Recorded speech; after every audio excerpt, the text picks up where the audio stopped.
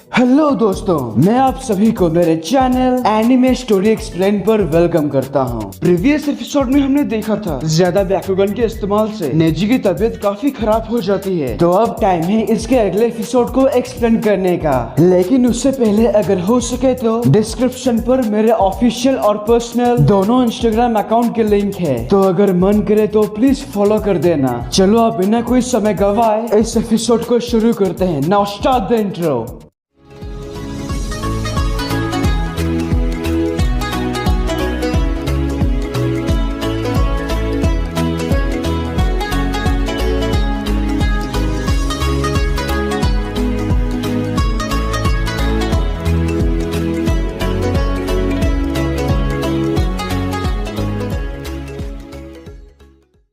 Episode के शुरुआत में हम देखते हैं यहाँ पूरी मेडिकल निंजा फोर्स ने अपना डेरा जमाया है और वो सभी जख्मियों की ट्रीटमेंट करने लगते हैं। उनके एंट्री गेट पर कुछ निंजास तैनात है। उसी वक्त नेजी अपने कमजोरी की वजह से यहाँ आता है। प्लीज तुम जो कोई भी हो वहीं रुक जाओ। इंटेल डिवीजन HQ के आदेश को पालन करते हुए हम सेंसरी निंजा सबसे पहले तुम्हारा चाकरा परखेंगे ताकि तुम असली हो या नहीं ये पता चले। बस वहीं खड़े रहो। हाँ मैं समझ गया, जो करना है जल्दी करो।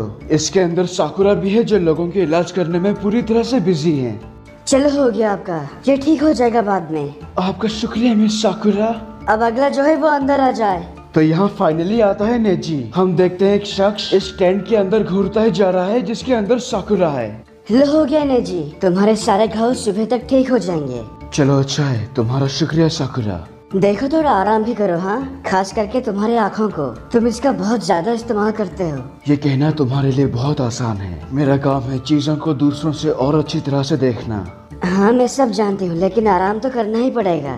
और नेजी यहाँ से चला जाता है। एक दूसरे टेंट में एक डॉक्टर मेडिकल निंजा कुछ मेडिसिन को गिन रहे होते हैं, मतलब जो कुछ भी उनके पास है। तभी उसी वक्त वो डॉक्टर किसी के आने की आहट सुनते हैं। वहाँ कौन है? कोई आ रहा है क्या? देखो बगल वाले टेंट में जाओ, वहाँ इलाज होता है। कोई शख्स उनके नजदीक आकर वो डॉक्टर मेडिकल निंजा को जान से मार देता है। सिर्फ उन्हें ही नहीं, दो और मेडिकल निंजास को भी जान से मार देता है। बहुत बुरी खबर है, हमारे 3 मेडिकल सीनियर्स का किसी ने खून कर दिया। क्या कहा तुमने? उन 3 लाशों के आगे कुछ लोग खड़े होकर इस बारे में बातचीत करते हैं। आखिर ये काम किसका हो सकता है? वो सभी सीनियर्स को निशाना बना रहा है, लेकिन मैं समझा नहीं। यहाँ कोई आने से पहले सेंसरी निंजा सबसे पहले उसका चाकरा परखते हैं, उसके बाद ही कोई यहाँ आता है। मतलब कोई किसी के रूप में ट्रांसफॉर्म होके आ जाए, ऐसा पॉसिबल ही नहीं। क्या मारने वाला आदमी किसी के गेंजुत्सु में है? क्या बात है साकुरा, ये तीनों कौन हैं? वेल, उनकी बातचीत को वही शख्स बड़ी अजीब तरीके से सुन रहा होता है। अच्छा, ये तो बहुत बड़ी बात है। अगर यहाँ सारे अलाइड निंजा फोर्स हैं, तो उन सब में से पता लगाना बहुत मुश्किल है। असली दोषी कौन है ये हम नहीं जान सकते। हम सब यहाँ खड़े हैं और वो हम में से कोई हो सकता है, और वो हमारे बीच में घुसपैठ भी कर रहा होगा।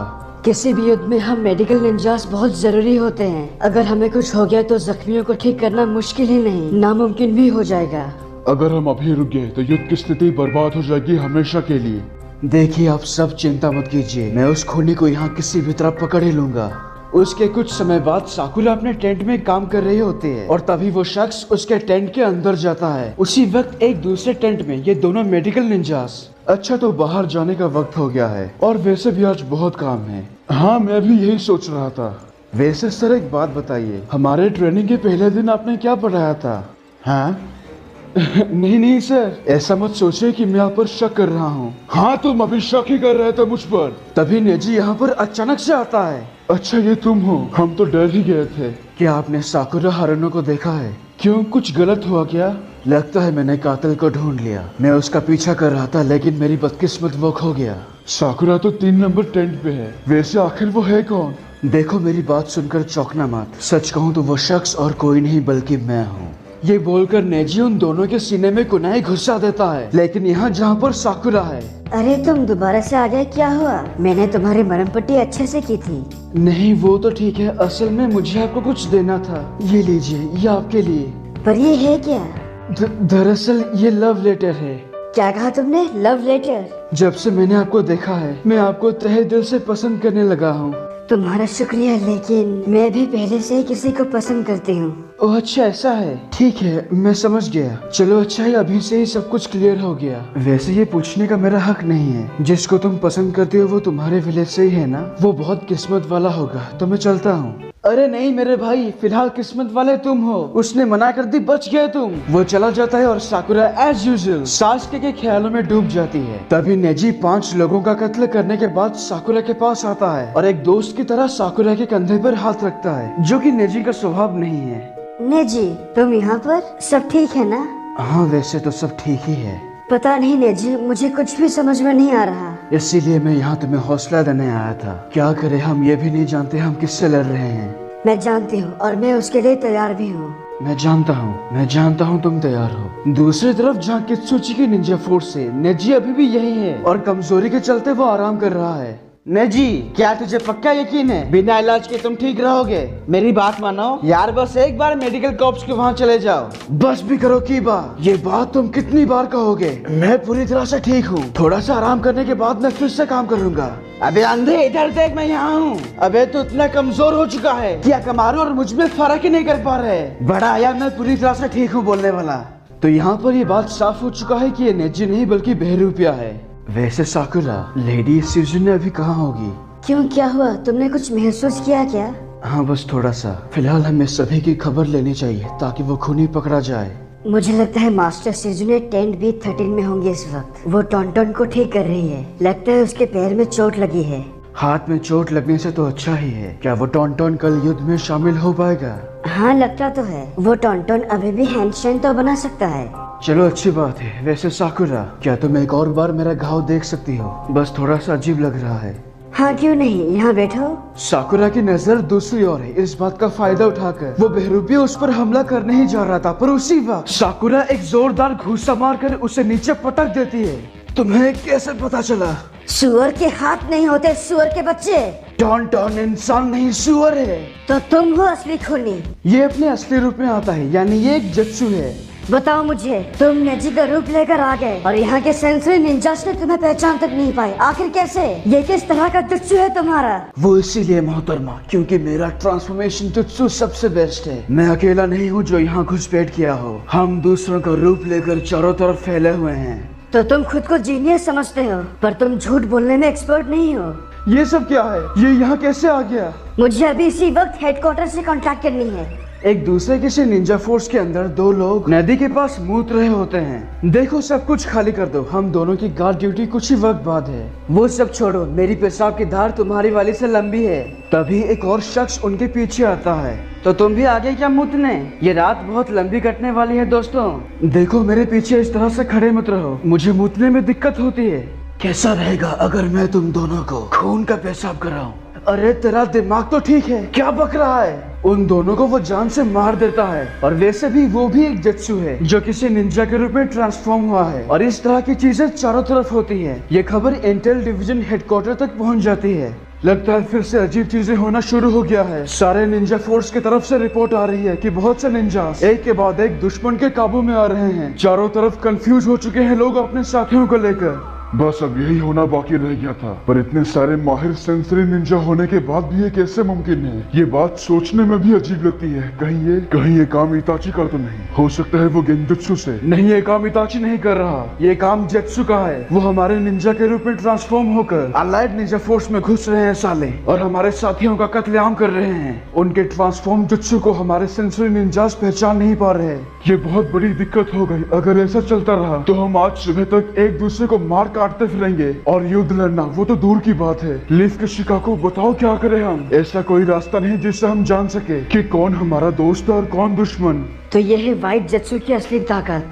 शांत रहो, मैं फिलहाल यहाँ का इंचार्ज हूँ। अगर मैं शांति से इस हालात के बारे में सोचूंगा तो कोई न कोई रास्ता निकल सकता है। तो सोचो शिकाको, और इसका हल ढूंढो। सोचो लेकिन जल्दी। हाँ तो दोस्तों, रुकावट के लिए खेद है। मेरे पिछले वीडियो में आपने ढेर सारा प्यार दिया। बस इसी तरह से इस वीडियो को भी आपके प्यार का आपके लाइक्स की सख्त जरूरत है। कोई भी अगर देख रहे हो तो प्लीज यार लाइक कर दो, ताकि ये वीडियो ज्यादा से ज्यादा दूसरों के रिकमेंडेशन में जाए। मतलब थोड़ा ज्यादा व्यूज आ जाए और क्या। दूसरी ओर लैंड ऑफ लाइटनिंग में नारुतो और किलर भी युद्ध की तरफ बढ़ते ही जा रहे हैं। नारुतो अपने full super Saiyan 9 tail chakra mood में है। नाइन टेल का चाकरा मुझ कुछ भी कहो, ये रास्ते में रोशनी फैलाता है। अब तो मुझे भी इससे थोड़ी जलन होने लगी है। नारुतो उज़ुमाकी ने नाइन टेल चाकरा मोड एक्टिवेट करना सीख लिया, पर वो अभी तक उस नाइन टेल फॉक्स को अपना दोस्त नहीं बना पाया। वो लोमड़ी नारुतो का चाकरा लगातार चूस रहा है। उसको बोलो कि ऐसे खाली वक्त में नॉर्मल रहे, नहीं तो अगर ऐसा चलता रहा तो उसका चाकरा खत्म हो जाएगा और ये होने के बाद वो मर जाएगा। सबसे पहले वो मेरी बात नहीं सुनेगा, और देखा जाए तो इस रास्ते पर काफी अंधेरा है। अरे कमाल करते हो, रोशनी के लिए नाइन टेल चाकरा इस्तेमाल करना, ये तुम्हें कहाँ तक ठीक लगता है? चलो छोड़ो भी, तुम बस उसके पास रहो। हाँ मैं जानता हूँ, ये बात तुम्हें बतानी नहीं पड़ेगी। किलर भी 8 टेल से बात करने के बाद यहाँ नारुतो के अंतर्मन से 9 टेल फॉक्स की भी आवाज आती है। नारुतो, तुम्हें हमेशा मेरे चाकरा की कोई परवाह नहीं। मैं तुम्हारे अंदर काफी वक्त से तुम्हें देख रहा हूँ, और मुझे कहना पड़ेगा, तुम कब तक बच्चे रहोगे? क्या बात है 9 टेल, आज अचानक से? हाँ मैं जानता हूँ तुम क्या कहोगे, वही अकेलापन वगैरह वगैरह। इसके अलावा तुम्हारे पास और कोई टॉपिक नहीं होता है ना? लेकिन देखो मैं बहुत बिजी हूँ, ये सब फिर कभी। क्या तुम्हें सच में लगता है तुम अकेले इस युद्ध का अंत कर दोगे? ये काम तुम जैसे के लिए नामुमकिन है। मुझे भरोसा है तुमने अपने दुश्मन के बारे में कुछ पता किया होगा। मैं जिसकी बात कर रहा हूँ वो मादारा उचिहा है।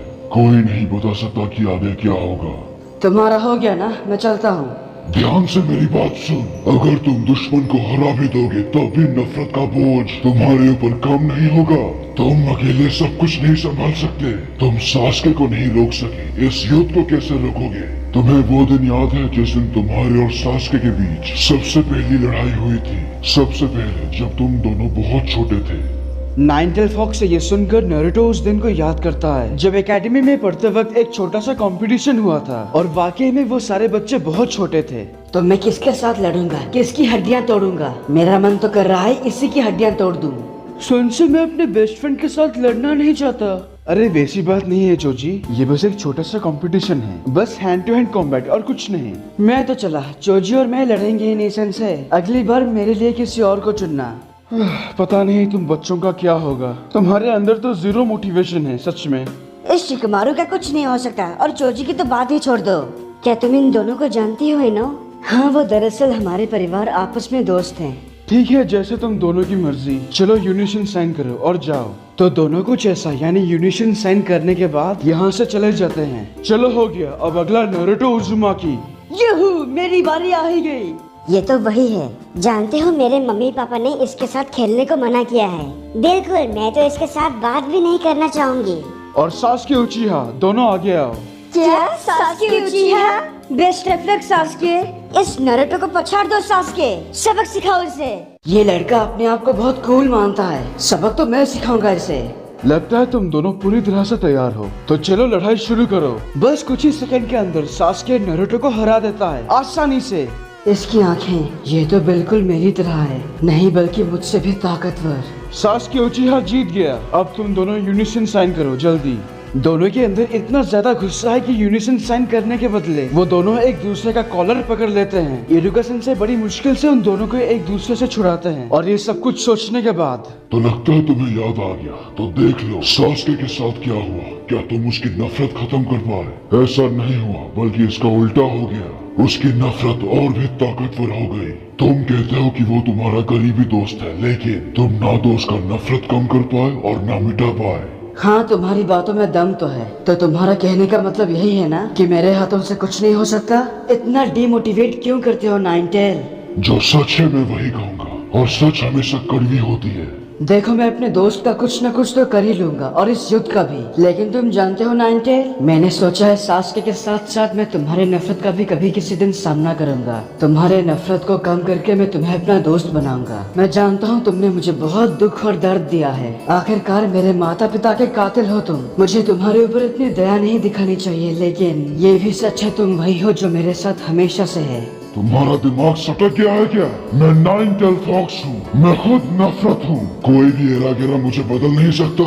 मैं जानता हूँ मेरी जान पर मैं हार नहीं मानूंगा, चाहे बात उस सास्के की हो या तुम्हारी। फिर मिलते हैं, बाय। 9 टेल, तुम मेरे बारे में सही सोचते हो। मैं नादान हूँ, बच्चा हूँ, पर तुम हर वक्त मेरे साथ रहते हो, जैसे कोई माँ बाप अपने बच्चे के साथ रहते हैं। मैं कैसा महसूस करता हूँ तुम सब जानते हो। चाहे तुम मुझे पसंद करो या नहीं, लेकिन मेरे ऊपर हमेशा हमेशा ऐसे ही नजर रखते रहो। क्या बात है नारुतो, कुछ ज्यादा ही चमक रहे हो। मेरे चमकने का ही वक्त है ये मिस्टर ऑक्टोपस। और यहीं पर इस एपिसोड की एक्सप्लेनेशन खत्म होती है। अगर आपको ये वीडियो अच्छा लगा तो प्लीज लाइक और कमेंट कीजिए, और अगर आप मेरे चैनल पर नए हो तो इसे सब्सक्राइब करने के साथ उस बेल आइकॉन को भी दबा ही दो। तब तक के लिए खुश रहना, मैं मिलूंगा आपसे अगले वीडियो में। पीस।